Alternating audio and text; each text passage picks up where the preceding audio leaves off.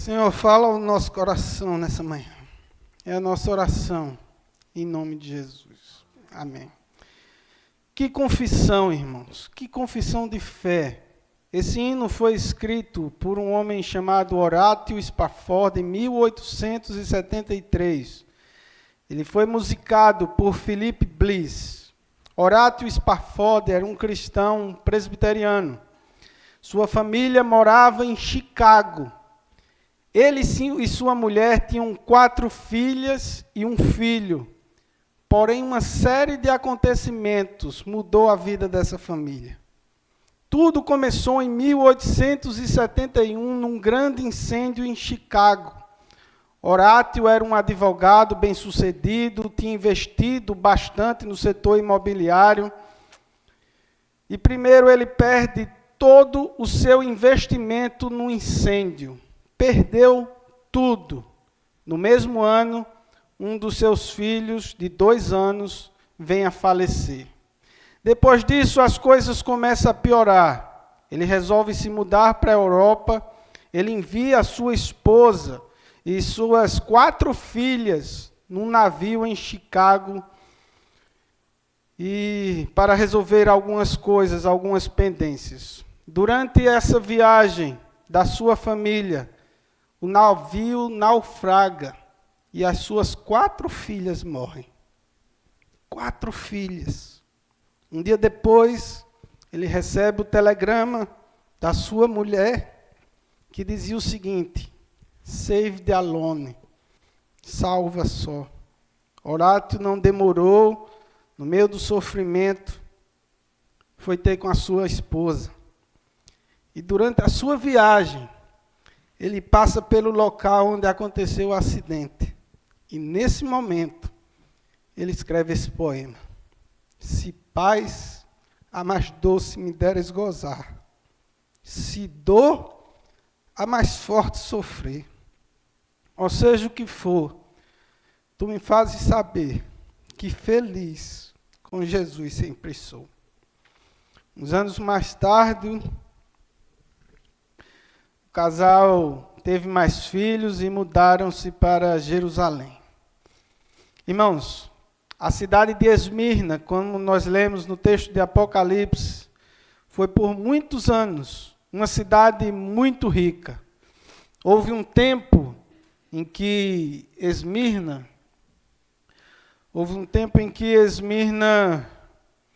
foi destruída, foi reconstruída por Alexandre o Grande. A cidade ressurgiu e depois disso tornou-se uma das cidades mais importantes e prósperas da Ásia Menor. A igreja de Esmirna foi fundada pelo ministério do apóstolo Paulo durante sua 3ª viagem missionária. Além da cidade ser reconstruída, a cidade de Esmirna apareceu um mito chamado mito de Dionísio. O povo dizia que esse homem, Dionísio, ele morreu, mas ele tornou a viver. Mas isso era apenas na consciência do povo. A cidade de Esmirna, ela disputava com Éfeso quem era a mais bela, a mais rica cidade da Ásia. Esmirna era uma cidade formosa, ela era conhecida como a flor da Ásia. Esmirna sabia muito bem o significado de fidelidade. De todas as cidades da Ásia, Esmirna foi a cidade que foi mais fiel a Roma, mesmo antes de Roma ser a senhora do mundo. Esmirna era fiel a Roma. Esmirna era uma cidade portuária. O comércio e o turismo era muito forte na cidade. Diante dessas informações, eu quero refletir com vocês a respeito do seguinte tema: a rica igreja pobre. A rica igreja pobre. Em primeiro lugar, a rica igreja pobre, ela adora somente a Deus. Veja o que é que diz o verso 8. Ao anjo da igreja diz: eu sou o primeiro e o último, estive morto e tornou a viver. Temos 2 motivos aqui para essa afirmação do Senhor Jesus quando escreve essa carta à igreja de Esmirna. Primeiro, a cidade de Esmirna tinha um objetivo de ser a primeira, de ser a mais rica, de ser a mais formosa. Aí Jesus vem e diz: eu sou o primeiro e o último. Segundo, lembram do mito de Dionísio? As pessoas achavam que Dionísio morreu e tornou a viver. Jesus está dizendo que o que aconteceu com Dionísio foi um mito, mas o que aconteceu com ele, o que aconteceu com Cristo, foi um fato. Ele diz: eu sou o primeiro e o último. Eu voltei da morte, eu ressuscitei, sou eu que estou vivo. Jesus está dizendo: eu sou o Senhor, eu sou o verdadeiro Deus que vencia a morte. A igreja de Esmirna era uma das menores igrejas da Ásia, uma igreja pequena, uma igreja sofredora, perseguida, pobre, caluniada, enfrentava a morte, mas era uma igreja fiel. Jesus só traz elogio para essa igreja. O que Jesus diz para a igreja de Esmirna é: eu estou vivo. E esse é o conforto para a nossa vida. Esse é o conforto para a nossa igreja. Jesus vive. O que realmente traz conforto ao seu coração? O que é que traz conforto ao seu coração? É não ter dívidas? O que é que traz conforto ao seu coração? É estar bem de saúde? O que é que traz conforto ao seu coração? Porque não há conforto melhor do que saber que o nosso Redentor vive e que tem o controle de todas as coisas. Essa igreja não tem repreensão nenhuma. E isso mostra, irmãos, que é possível termos uma igreja que não é um problema. Esmirna era uma igreja saudável. Irmãos, Deus quer ser adorado na nossa vida. Deus quer ser adorado na igreja.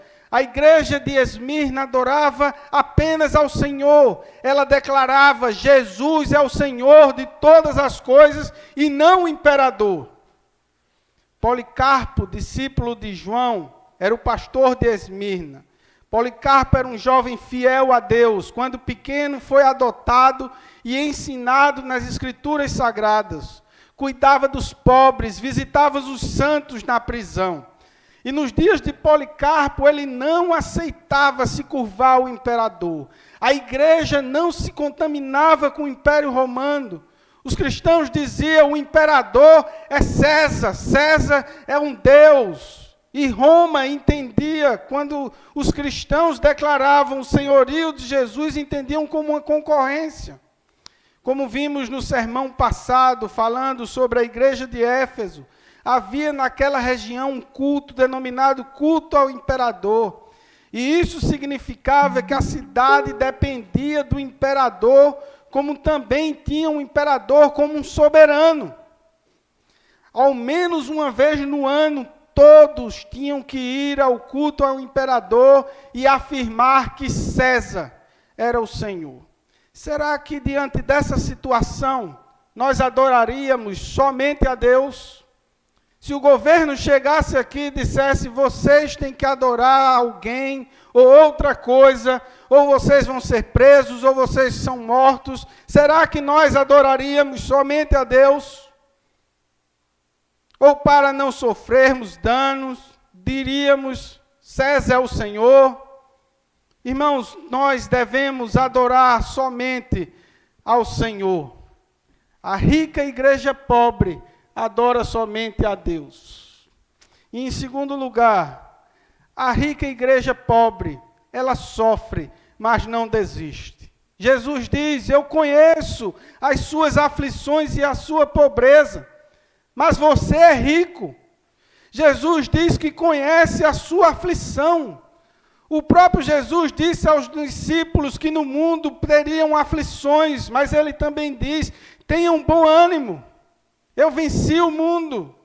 Como nosso irmão Eduardo falou domingo passado, sobre um evangelho transgênico, um evangelho diferente do que está nas Escrituras. Hoje é pregado em muitos lugares que quem crê em Cristo não fica pobre, que quem crê em Cristo não passa por situações difíceis. Irmãos, o nosso foco não é parar de sofrer. O nosso foco é ser fiel ao Senhor, independente das circunstâncias.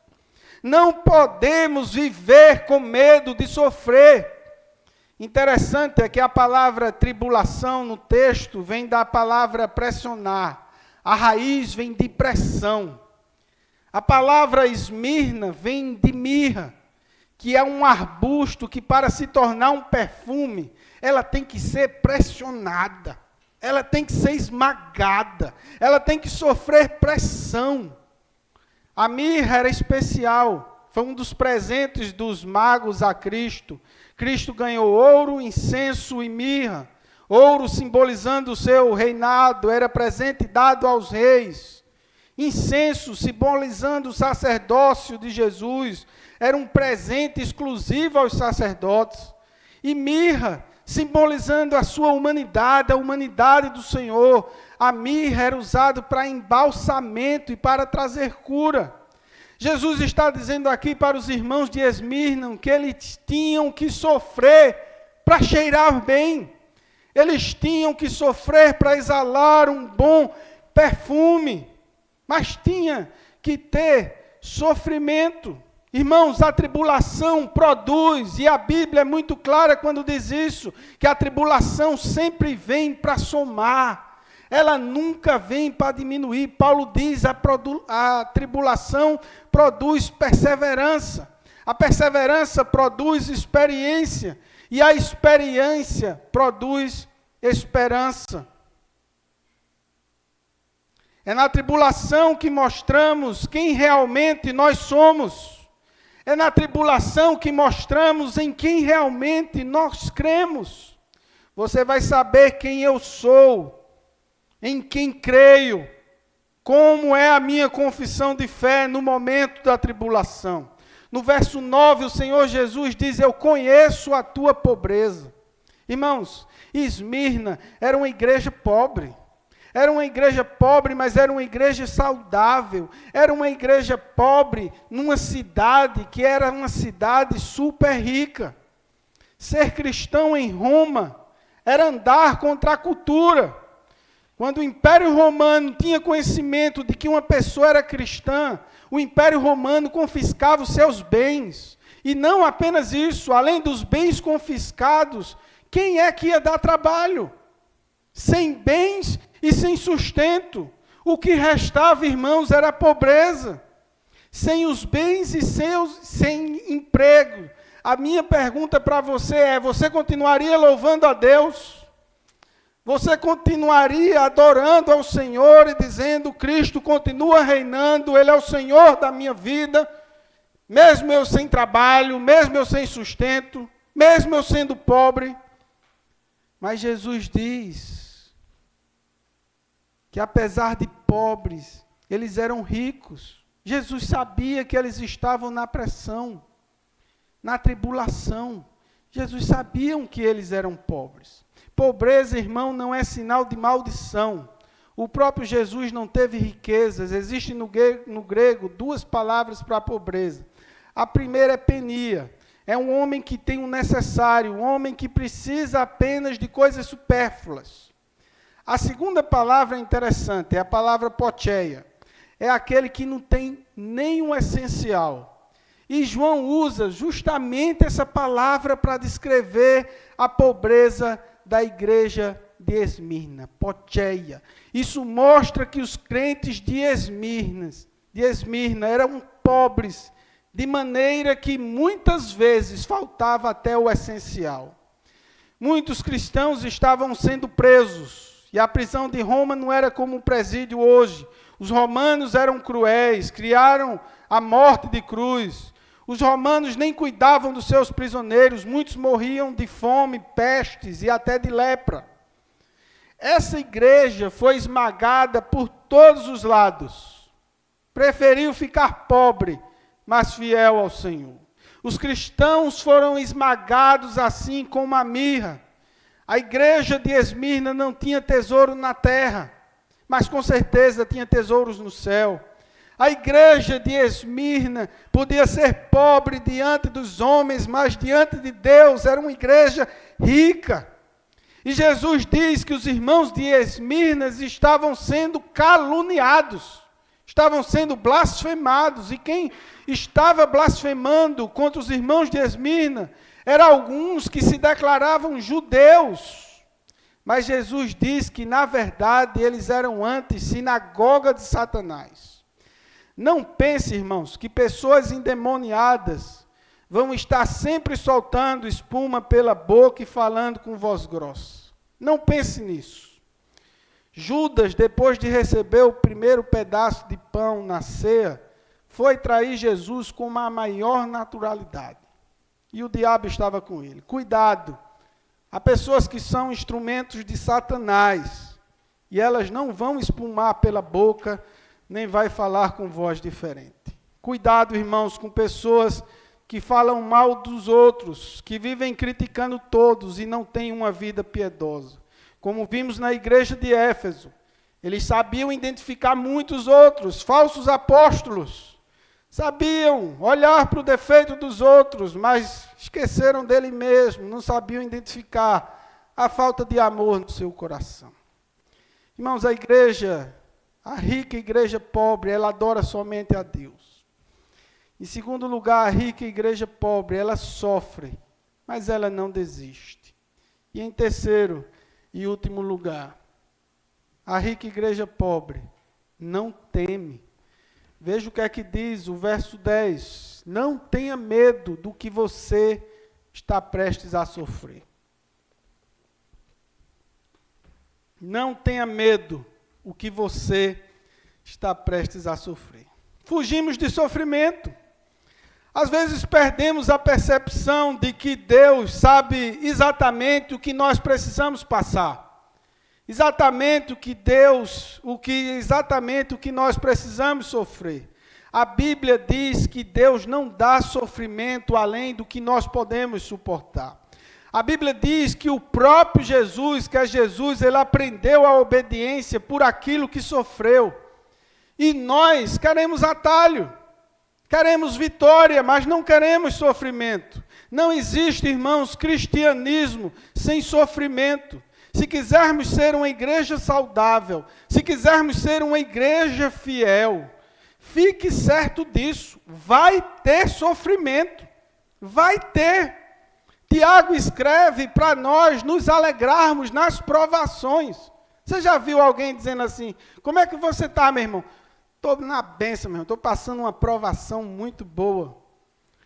O que Tiago está dizendo não é isso, mas é saber e ter a certeza que Deus tem um controle da minha vida, mesmo em meio a tribulações, mesmo em meio a provações. Quer saber se eu sou uma pessoa alegre? Olhe para mim no momento de provação. Alguns da igreja de Esmirna iam ser presos por Satanás. Seriam colocados à prova, iriam sofrer. Esses irmãos iriam ser espremidos. Jesus está dizendo assim, irmãos, vai ser difícil, mas não vai durar para sempre. Ele fala a respeito de 10 dias, não sabemos exatamente se esse é um período simbólico, mas sabemos que servimos a um Deus Emanuel, a um Deus que caminha junto conosco em todas as situações. O fato de ser 10 dias tem a ideia de completude, tem um limite. Jesus tem um controle de todas as coisas. Ele não tem apenas o controle do barco, o nosso Deus tem um controle da tempestade. O Senhor diz para esses irmãos, não temam, não temam. Ele não diz que vai livrá-los da perseguição. Jesus não diz que vai pôr fim ao seu sofrimento. Quando tinham jogos nas arenas, para divertir o povo, os romanos levavam os presos, os cristãos, para serem entregues às feras. Muitos iriam morrer. E a palavra de Jesus para essa igreja é, não temas, não tenha medo. Essa é a mensagem para mim e para a sua vida hoje. Não tenha medo. Eu não sei o que mais você tem medo. Talvez de uma crise financeira, de uma crise no casamento, medo de alguma enfermidade, medo de desistir, talvez medo de ficar sem saúde, de perder alguém. Eu não sei o seu medo. Mas a palavra de Jesus para mim, para a sua vida hoje é: não temas. Não tenha medo. Nós servimos a um Deus que tem o controle de todas as coisas. Mesmo quando a gente não entende, quando a gente sofre, quando a gente reclama, quando a gente questiona, Jesus continua sentado no seu alto e sublime trono, reinando. Quando somos esmagados, assim como a mirra, o bom perfume de Cristo é exalado. Que o nosso sofrimento, irmãos, traga honra ao Senhor. O salmista entendeu muito bem isso quando ele escreve o Salmo 34. Ele diz: muitas, mas são muitas as aflições dos justos, mas o Senhor o livra de todas. No verso 10, Jesus diz: ser fiel até a morte e dar-te-ei a coroa da vida. A questão aqui não é ser fiel até o último dia de vida. A questão aqui é até que ponto eu estou disposto a sofrer ou a morrer pela fidelidade a Deus. Até que ponto? Irmãos, você precisa entender o que é adoração a Deus. Adoração não é cantar. A primeira vez que vai aparecer a palavra adoração é quando Deus pede a Abraão o seu filho Isaque como sacrifício. Abraão diz para seus servos: fiquem aqui, eu e o menino vamos ali adorar a Deus. Pouco tempo nós voltamos. Adoração é sacrifício, adoração é obediência, adoração não é vir a uma programação religiosa. Adoração não é apenas o momento do louvor, adoração não é a sua oferta, adoração é a sua vida. Sua vida. Precisamos oferecer hoje sacrifícios de animais diante de Deus? Não. Jesus, o Cordeiro de Deus, já foi sacrificado, louvado seja Deus. O sacrifício foi aceito. Jesus tomou o cálice da ira de Deus. O que eu quero que você entenda é como você adora a Deus. Qual o culto que Deus requer de mim e da sua vida. Porque Paulo fala em Romanos 12, portanto, irmãos, rogo-vos pelas misericórdias de Deus, que apresenteis o vosso corpo como sacrifício vivo, santo e agradável a Deus. Porque esse é o culto racional de vocês. E ele diz: não se amoldem com os padrões desse mundo, mas transformem-se pela renovação da vossa mente, para que vocês experimentem qual seja a boa, a perfeita e agradável vontade de Deus. Paulo roga, irmãos, que oferecemos os nossos corpos como sacrifício vivo, santo e agradável a Deus. Esse é o culto racional de vocês. Não é para morrermos numa cruz e realizarmos uma morte substituível, não é essa a questão. Mas nós agora, nós somos o sacrifício a Deus. Nós é que somos o culto a Deus. O culto começa quando nós saímos daqui. O culto é a nossa vida. Você adora a Deus quando você não se amolda aos padrões desse mundo. Você adora a Deus quando você não mente. Você adora a Deus quando você fala da palavra dEle. Você adora a Deus quando você entrega um boletim, quando chega mais cedo. Você adora a Deus quando faz um vídeo, quando você ensaia, quando você faz diferença onde você está. Perceba que não é apenas 2 horas de culto no domingo, mas é toda a nossa vida. Irmãos, ser crente dentro da igreja é muito fácil. Eu sempre me impressionei como tem pessoas que nem conseguem ser crente dentro da igreja. O nosso desafio é vivermos o cristianismo lá fora. Lá fora, com os nossos amigos, no lazer, dentro de casa, no trabalho, seja onde for. Coroa, no texto, não é sinal de realeza. Coroa, nesse texto, é sinal de vitória. Nos finais das corridas, o vencedor recebia uma coroa de louros.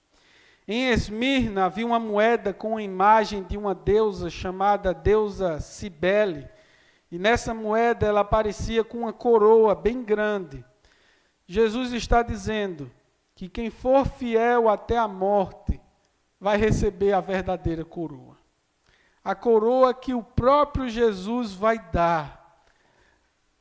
A coroa que é a vida com ele. Policarpo, pastor de Esmirna, ele foi preso por não se prostrar ao imperador, por não dizer que César era o Senhor. Pastor da igreja foi preso e um soldado disse para ele: jure pela fortuna de César, negue a sua fé, jure, eu te libertarei de uma vez por todas, você tem apenas que insultar a Cristo. Fizeram uma fogueira para queimar Policarpo vivo, se ele não negasse a Cristo. E a tradição diz que as palavras dele foi a seguinte: eu sirvo a Jesus há 86 anos e ele só tem me feito bem. Como posso blasfemar ao meu rei? Ameaça-me com fogo que pode durar por 1 hora e então se extingue. Mas você ignora o fogo do julgamento vindouro e a punição eterna, reservada para os ímpios, para aqueles que não conhecem a Deus. Então, por que vocês estão demorando? Acenda logo a fogueira. Policarpo disse aos soldados que não precisavam amarrá-lo, pois ele não tinha intenção de fugir. O fogo começou e mesmo em chamas, Policarpo faz a seguinte oração: Senhor, Deus Todo-Poderoso, Pai de teu amado e abençoado Filho Jesus Cristo, através do qual nós recebemos a graça de te conhecer, Deus de anjos e poderes de toda a criação e de todos os justos que vivem em tua presença, eu te bendigo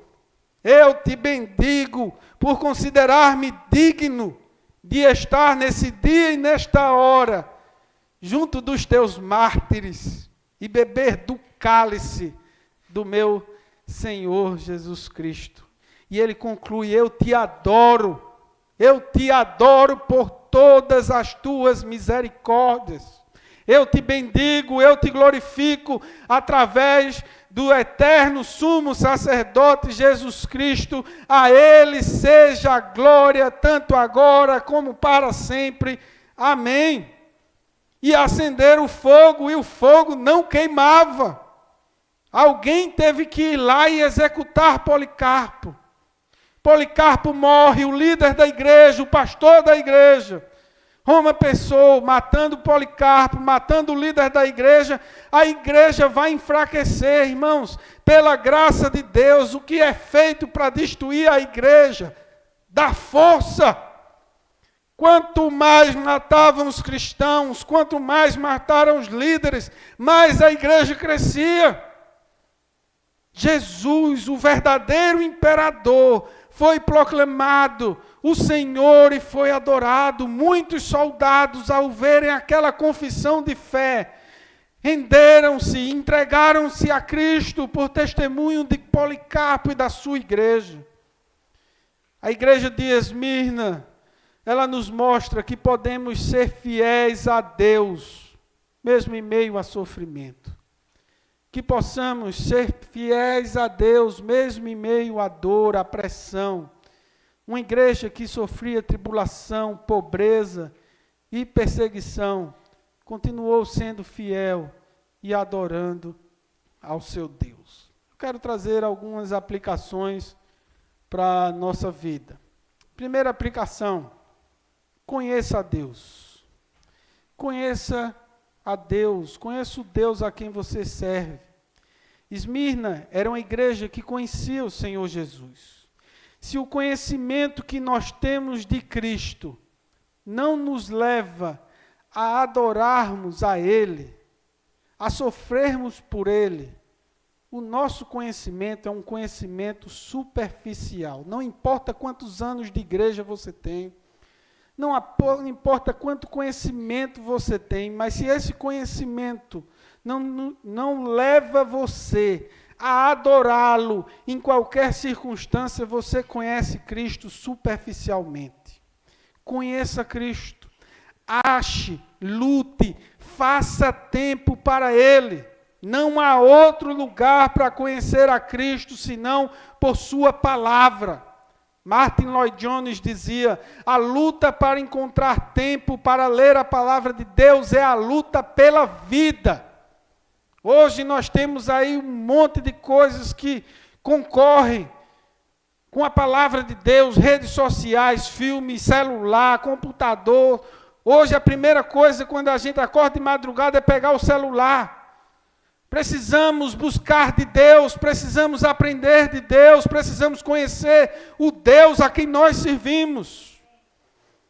Não fique, irmãos, desesperado atrás de revelação, atrás de sonhos, de profecias, atrás de profetas. A revelação de Deus é a sua palavra. Tudo que nós precisamos já foi revelado. Só precisa abrir e ler. Só. Fique desesperado em conhecer o Senhor da sua vida. Tenha desespero para conhecer o Senhor da igreja. Leia a palavra. Experimente como é bom buscar refúgio nas palavras do Senhor, nas suas promessas. Outra aplicação que podemos fazer à nossa vida é como é que você avalia uma igreja.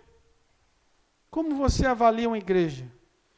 Se tem muitos membros, se tem uma boa estrutura, se tem condições financeiras, quantos membros, quanta igreja arrecada. Não estou dizendo que essas coisas não são importantes, mas muitos se preocupam apenas com essas coisas. Muitos. Jesus avalia a sua igreja pela sua fidelidade a Ele. Hoje vemos muitas igrejas que não falam mais de pecado, que não falam mais de arrependimento. Inferno, o que é isso, gente? Não falam de santidade, não falam da ira de Deus que tem sobre o pecado. Nos deparamos com líderes com medo de perder membros para não perderem membros, não pregam a palavra de Deus com fidelidade, omitem verdades divinas. Deus é amor, Jesus te ama, importa que você esteja aqui entre nós. Não importa isso não. O que importa é que eu e você sejamos confrontados pela palavra de Deus. Porque se você estiver aqui e o verdadeiro evangelho não for pregado, não vale nada. O que importa é que olhemos para a palavra de Deus e vejamos o que é que precisa ser mudado. Porque cristianismo não é conforto. E o meu papel aqui é fazer com que eu e vocês não pequem em paz. Eu, o líder, preciso olhar para a minha vida e guiar a minha vida pela palavra de Deus. Não é conforto. Somos uma igreja pequena, somos uma igreja pobre, estamos capengando. Às vezes até pensamos em desistir. Nós precisamos de apoio, precisamos do agir do nosso Deus, mas eu espero, acima de qualquer coisa, que independente das lutas, independente das provas, independente do momento em que estejamos vivendo, possamos ser uma igreja fiel ao Senhor. Uma coisa também que podemos aplicar à nossa vida, que é uma das mais belas doutrinas da palavra de Deus, é descansar na soberania de Deus. Como é bom, irmãos, descansar na soberania do Senhor. Os nossos irmãos de Esmirna, eles não duvidaram em nenhum momento da soberania de Deus, em nenhum momento. Eles não questionaram a bondade de Deus. Muitas vezes a gente está passando por sofrimento. Mas se o Senhor é bom, por que o Senhor faz isso? Se o Senhor é Deus, por que não faz? Em momento nenhum eles reclamaram. Se Deus é bom, por que então nós sofremos? Irmãos, se eu sou tão bom, por que eu sofro? E a resposta é muito simples. Nós não somos bons. Não somos. Todos pecaram e estão destituídos da glória de Deus. Nós somos maus, o nosso coração é inclinado ao mal. Destituído significa que nós somos incapazes de atingir os padrões de justiça de Deus por nossa conta própria. Descansar na soberania do Senhor não é sinônimo de que a vida vai ser fácil.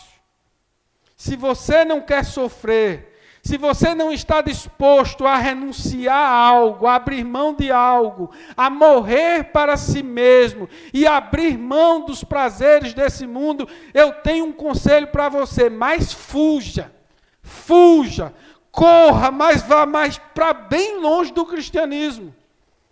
Porque cristianismo é entrega. Cristianismo é sacrifício, é renúncia. Cristianismo é estilo de vida. Não é moda de dizer que eu sou gospel, que eu sou evangélico. É um estilo de vida a ser vivido. Paulo diz que se nós quisermos ter uma vida piedosa, nós vamos sofrer perseguição. Vamos sofrer aqui nesse mundo, irmãos. Mas vamos passar a eternidade com nosso Senhor Jesus. Nada pode se comparar a que Deus tem guardado para nós, para os seus filhos, para aqueles que o amam. Outra aplicação: seja fiel a Deus, seja fiel a Deus. Jesus espera de nós fidelidade na vida, fidelidade na família, fidelidade no testemunho, fidelidade nos negócios, fidelidade na fé. Sejam-nos fiéis a Jesus, mesmo que isso custe um emprego, mesmo que custe um relacionamento, mesmo que custe o sucesso, mesmo que custe a nossa vida. O servo não é maior do que o seu Senhor. O mundo perseguiu o Senhor Jesus, e o mundo também vai nos perseguir. Não podemos focar os nossos olhos no sofrimento, mas nós podemos focar os nossos olhos na recompensa. A última frase da igreja de Esmirna é: o vencedor de nenhum modo sofrerá dano da segunda morte.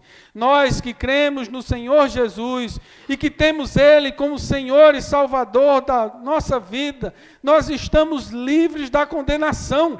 O apóstolo Paulo diz: agora, pois, já não há mais condenação para aqueles que estão em Cristo Jesus, nosso Senhor.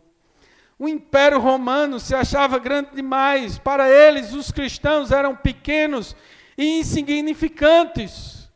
Mas o Senhor da igreja diz: você é um vencedor. Eu mesmo darei a você a coroa da vida. Eu mesmo lhe dou a vida. Eu me dou. Louvado seja Deus por isso, que o Espírito Santo aplique essa palavra em nosso coração. Que possamos ser uma igreja fiel, que possamos descansar nele, adorar somente a ele, conhecê-lo mais e mais. Amém. Receba a bênção, irmãos, que a graça do Senhor Jesus Cristo, o amor de Deus o Pai e as consolações do seu Santo Espírito estejam com todos nós, com todo o povo de Deus, espalhado na face da terra, desde agora e para todos sempre. Amém.